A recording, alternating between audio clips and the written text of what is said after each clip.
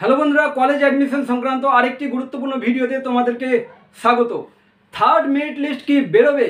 Mop up phase কবে থেকে শুরু হবে? যারা ফার্স্ট এবং সেকেন্ড মেরিট লিস্ট কোনোটাতেই নাম আসেনি তারা কি করবে? আজকের ভিডিওতে এইসব তথ্যই তোমাদের সামনে তুলে ধরবো। দেখো, প্রথমেই আসি যে থার্ড মেরিট লিস্ট কি বেরোবে।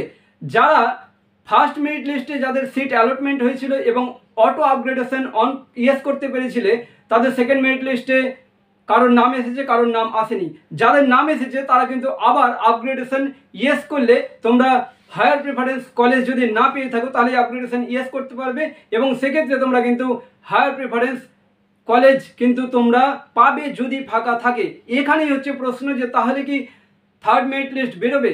দেখো, যেহেতু আপগ্রেডেশন তোমরা ইয়েস করতে পারছো, তাই এখনো পর্যন্ত যদিও কোনো নোটিফিকেশান নেই যে থার্ড মেরিট লিস্ট বেরোবে কি বেরোবে না, কিন্তু এটা বোঝা যাচ্ছে যে থার্ড মেরিট লিস্ট বেরোনোর কিন্তু একটা সম্ভাবনা আছে। অর্থাৎ কি, যে তোমরা যারা আপগ্রেডেশন ইয়েস করতে পেরেছো সেকেন্ড মেরিট লিস্টে অ্যাডমিশন নেওয়ার পর, তো তাদের ক্ষেত্রে কিন্তু যদি কলেজে সিট যদি ফাঁকা থাকে তাহলে সেই ক্ষেত্রে তোমাদের আপগ্রেড করে কিন্তু হায়ার প্রেফারেন্স কলেজে কিন্তু সিট অ্যালটমেন্ট দিয়ে দেওয়া হবে, অর্থাৎ সিট অ্যালটমেন্ট করে দেওয়া হবে। অর্থাৎ এক্ষেত্রে বলা যায় যে মপ আপ রাউন্ডের আগে, মপ আপ ফেজের আগেই কিন্তু তোমাদেরকে সেই আপগ্রেড যে সিট, অর্থাৎ তোমাদেরকে হায়ার প্রেফারেন্স কলেজে কিন্তু সিট দেওয়া হয়ে যেতে পারে। এবারে প্রশ্ন হচ্ছে, যারা ফার্স্ট এবং সেকেন্ড মেরিট লিস্টে নাম আসেনি তোমরা কি করবে?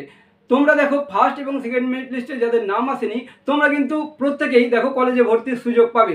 সেক্ষেত্রে তোমাদের মপ আপ ফেজের জন্য কিন্তু অপেক্ষা করতে হবে। মপ আপ ফেজে কী হবে? মপ আপ ফেজের সময় যেটা হবে যে যতগুলো সিট ভ্যাকান্সি তৈরি হচ্ছে তার উপর নির্ভর করে সিট ম্যাট্রিক্স প্রকাশিত হবে এবং তারপর মপ আপ ফেজে তোমাদেরকে অ্যাপ্লাই করতে হবে। সেই মপ আপ ফেজে অ্যাপ্লাই করা যাবে 8 আগস্ট থেকে 17 আগস্ট পর্যন্ত এবং মপ আপ ফেজের জন্য যে মেরিট লিস্ট সেটা প্রকাশিত হবে 20 আগস্ট এবং তারপর মপ আপ ফেজের জন্য যে অ্যাডমিশন প্রক্রিয়া চলবে 20 আগস্ট থেকে 23 আগস্ট পর্যন্ত।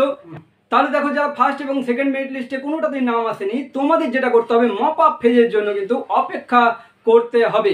আর হ্যাঁ, যাদের সেকেন্ড মেরিট লিস্টের নাম এসেছে, যারা ফার্স্ট মেরিট লিস্টের নাম ছিল, সিট অ্যালটমেন্ট করে অ্যাডমিশন নেওয়ার পর তোমরা সিট আপগ্রেড করার পর সেকেন্ড মেরিট লিস্টে নাম এসেছে এবং যাদের ফার্স্ট মেরিট লিস্টে নাম আসেনি কিন্তু সেকেন্ড মেরিট লিস্টে নাম এসেছে, কিন্তু এবার আপগ্রেডেশন হয়তো ইয়েস করতে পারছো। যদি তোমাদের কলেজ না পছন্দ হয়ে থাকে তবুও বলবো 28 জুলাইয়ের মধ্যে তোমরা অ্যাডমিশন নিয়ে নাও এবং সিট আপগ্রেড করে রাখো।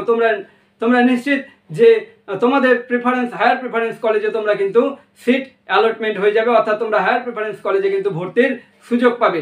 তো ভিডিওটি যদি ভালো লাগে তাহলে অবশ্যই ভিডিওটিতে একটা লাইক করবে, কমেন্ট করবে এবং যতটা পারো বন্ধুদের মধ্যে শেয়ার করে দেবে। এখনই পর্যন্তই দেখা হচ্ছে পরবর্তী ভিডিওতে। Thank you so much.